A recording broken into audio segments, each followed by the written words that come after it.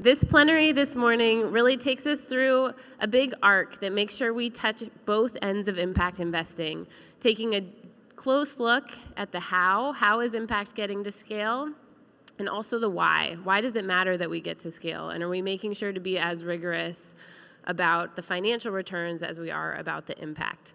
And so the panel and speakers that you've already heard have been perhaps a little more sort of technical and financial, and this group that I'm going to bring up are all folks that I have had the pleasure of following in this field for years, and they're people who hold both of those things just as closely in their work. And so they're equally rigorous about having financial returns, about operating at scale, and also about thinking about the big systems and the way that we really transform these systems.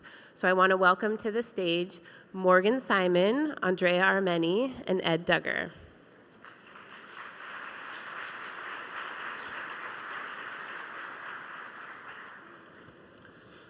Good morning, everyone. Thank you for joining us. My name is Andrea Armeni. I am the Executive Director of Transform Finance and the convener of the Transform Finance Investor Network. I'm delighted to be here with Morgan Simon and Ed Duggar for this great conversation today. Neither of them really needs an introduction, but I'll go ahead very briefly. We'd like one. Morgan is a 15-year impact investing veteran. She has started 3 major organizations in this space, the Responsible Endowments Coalition. She was a co-founder of Tonic and Transform Finance. She has done, over the last 4 years, about 40 direct investments with her partner as part of PI Investments, which is moving the historic wealth of the next generation of the Pritzker family into 100% impact investments. And she also manages the impact investment activity for the Libra Foundation and for Dow Capital. But you can learn all about this in her forthcoming book, Real Impact: How Money Will Change or Destroy the World, that is coming out next year. And Ed is the president of Rain Venture Capital, and he's a pioneering impact investment leader, having been in this space for over 23 years. He managed the UNC venture that invested consciously to expand business opportunities for entrepreneurs of color. He has served as a director of the Federal Reserve Bank of Boston and is currently a director of Boston Community Capital and the chair of the board of Boston Community Ventures. So pretty good people to have on this panel for the conversation today, because we're here to explore with you just how far we've come with impact investing and where we think we could go, where this can take us, what we call the transformative edge of impact investing. If we look where we've come compared to traditional finance, it's clear that we have come a really, really long way. We've made tremendous progress. Now we can both grow impact investing as a parcel of traditional finance, and we can also go a lot deeper within the impact investing field at the same time as it expands. And this is to see really just how social can we get when we say social impact. When we wake up in 5 years, once impact investing, as many of us believe, will be a mainstay of finance, what will we really have achieved and how deep will we have gone? Most importantly, though, who will really have benefited from it? Is it going to be the investors only, or is it really going to be the people for whose benefit, ostensibly, impact investing is being used?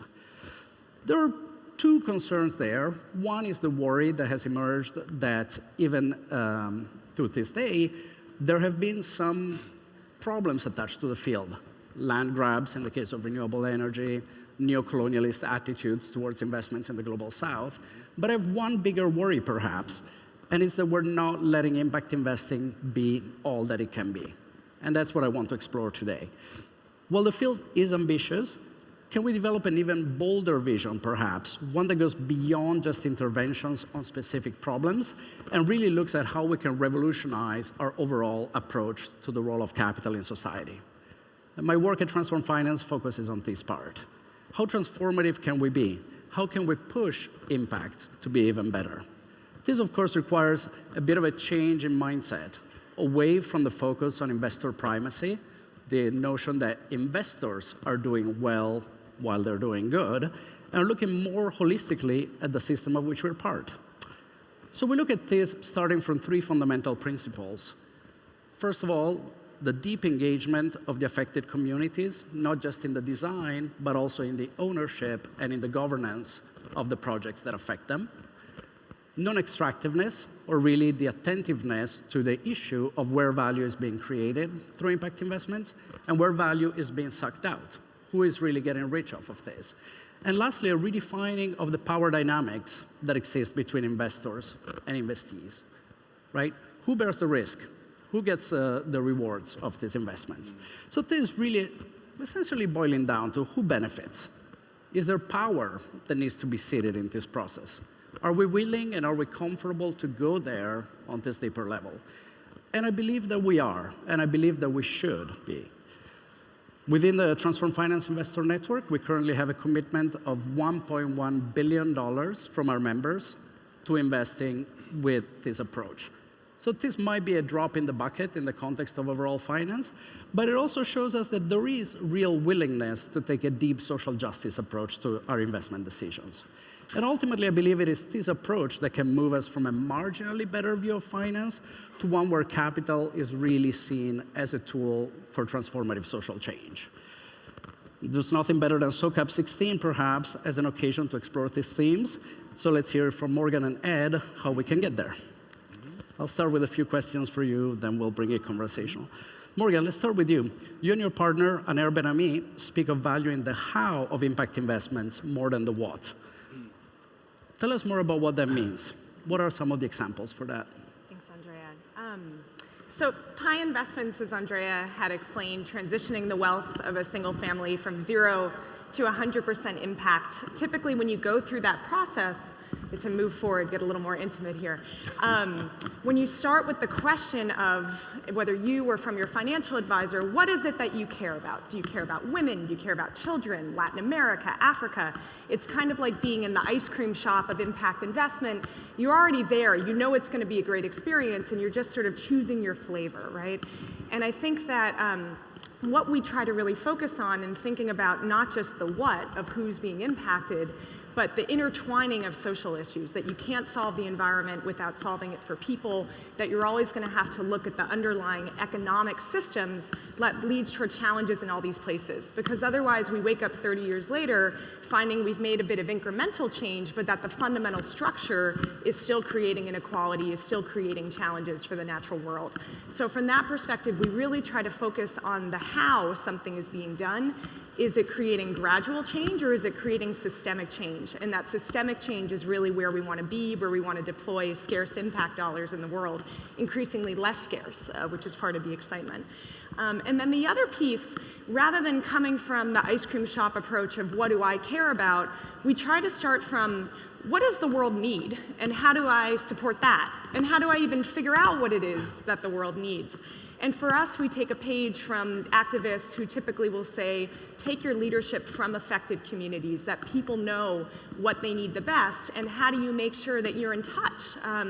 And for us, that means when we look at issues like job quality, we talk to the best fund managers and entrepreneurs, but we also called up 4 workers' rights groups to make sure that we understood what is it that they most care about and are advocating for. When we're looking at renewable energy, we want to read all the social policies and how people are engaging with local communities, but then we also go and spend time in those villages and make sure that we're hearing from people what's really happening in their lives. So that's a sort of bridge building that we see is really essential in creating that how, and also trying to focus on systemic long-term change in our work. Wow. Ed? I see perhaps not enough of that inclusion and the wealth sharing as priorities in the impact investing field. And much of what Morgan is talking about, centering around this, is central to your philosophy of impact investing as well. Tell us a little bit how you approach these issues. Okay. Well, first of all, impact investing means a lot of things to a lot of different people. But really, at the core of impact investing, it's about reinventing investing. And because it's a financial tool at its very core, it's about how do we create wealth and how do we share wealth. And so as we talk about, this new tool, the question is, how do we begin to use it in a way that allows us to change the way in which we do that? So impact investing is about changing that. And I think that as we think about how we do that, we really have to begin to think about, how do I want to put this, why we need to change it. And the reason we need to change it is because this system has failed us. And it's failed us because it has excluded a lot of folks in the creation of wealth. It has excluded a lot of folks in the sharing of wealth. To put it more bluntly, this process that we have now has marginalized large portions of our population, many of which are of color and women, so that they cannot make the contribution to our economic and social well-being that we really needed to do. It has led us to dangerous levels of concentration of wealth, such that it threatens the very social fabric of our country. And so this is what we need. We need to think about it in those terms, and that's how we do. We also need, if we want to make change, we have to think about it in terms of a macro level and a micro level. The macro level is where we actually make systemic change. The micro level is where most of us operate in our daily lives of doing what we do by creating great examples of what that systemic change might look like. And so if we really want to make change at the macro level, we have to change the rules of the game. And by changing the rules of the game, we need to have those who have the money embrace these new rules that we need. And we need to have them embrace it, pursue it, encourage it, etc.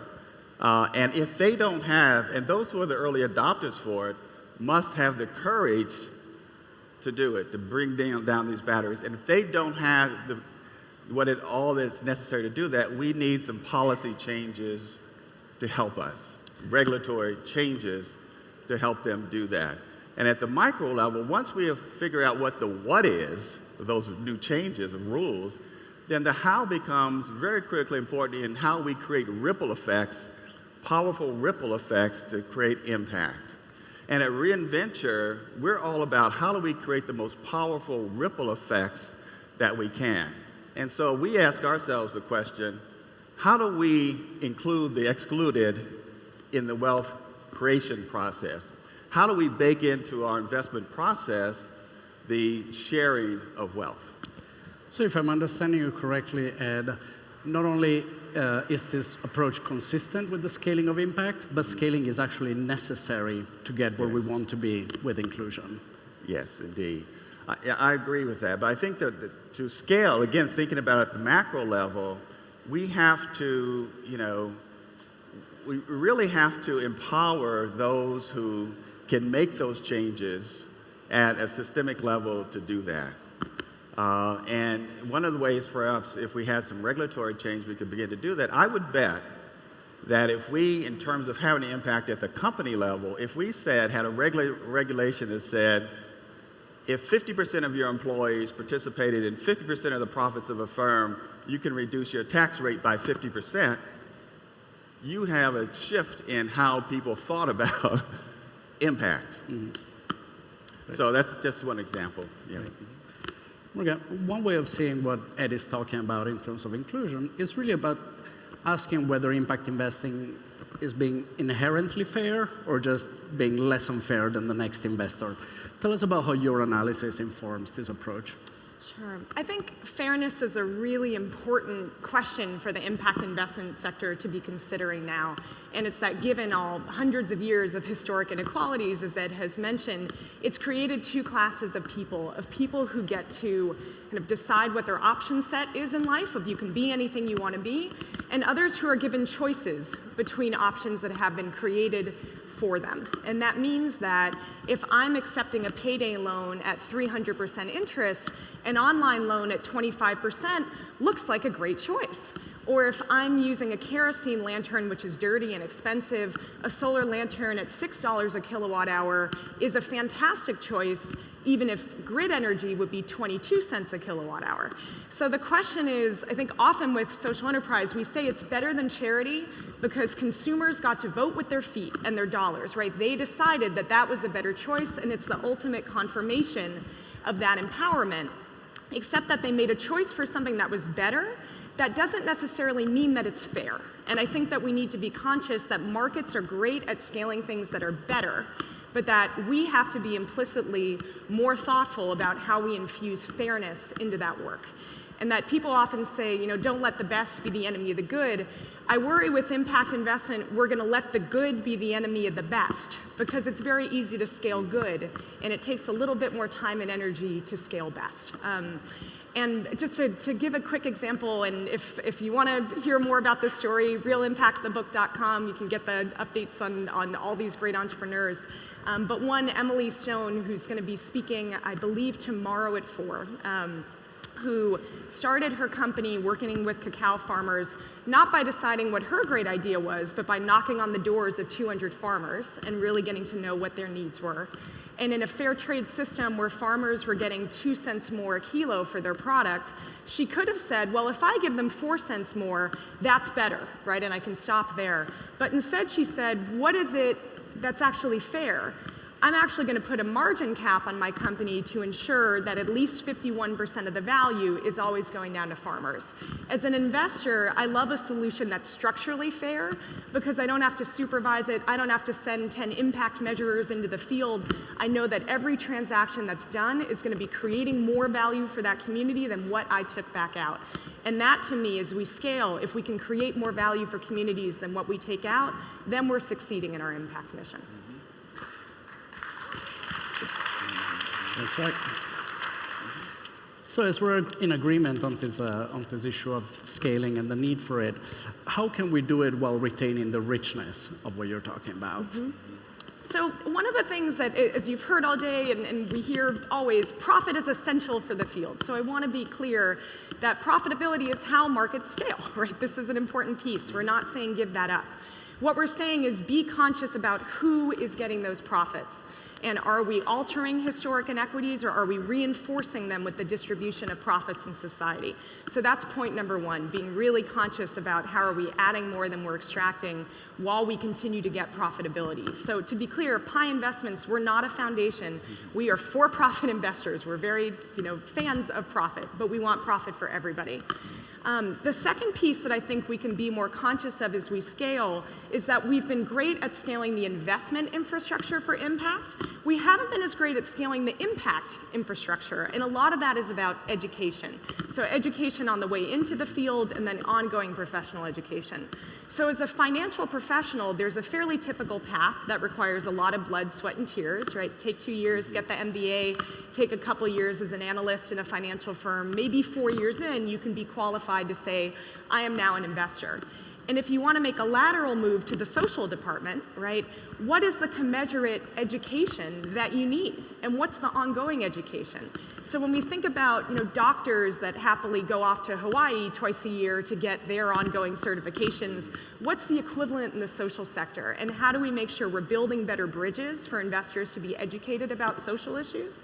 And to make sure that we're in a position to really be experts both on the social and the financial side. So I know that's a tall order, but that is our calling card if we truly want to be impact investors.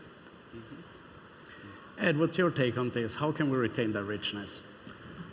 Well, I think as we sort of really kind of peel this back, we have to believe it, first of all. I mean, believing means, you bring your values to it and you don't leave them at the door when you begin to think about how you restructure, reinvent investing.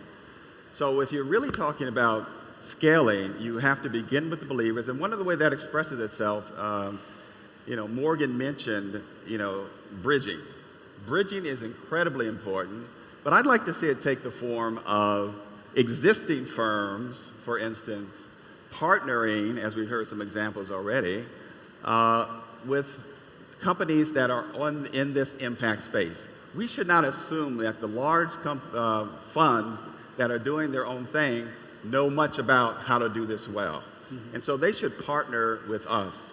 They should create apprenticeships in their own companies with the intention of spawning new companies of women and of color, basic training there, but spawn them to create more to practice. And I think that with that, kind of involvement of the whole industry, we would begin to scale in a very different way.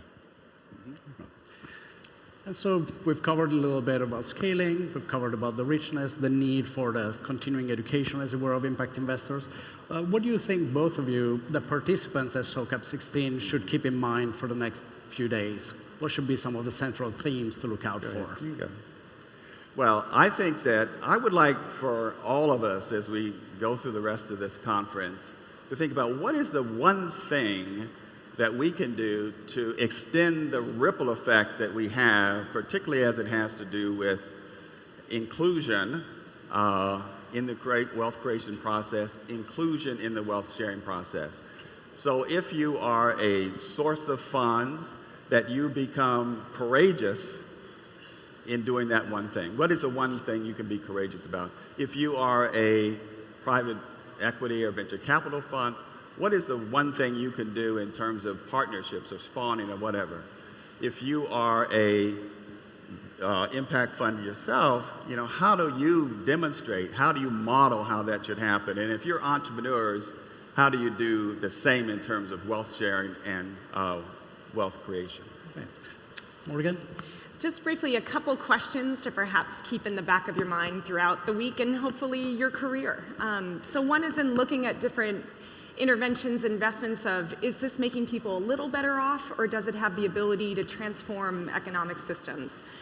Is it adding more value than it extracts from communities? Are communities getting engaged in the ownership side, in the governance side, beyond just being consumers of products?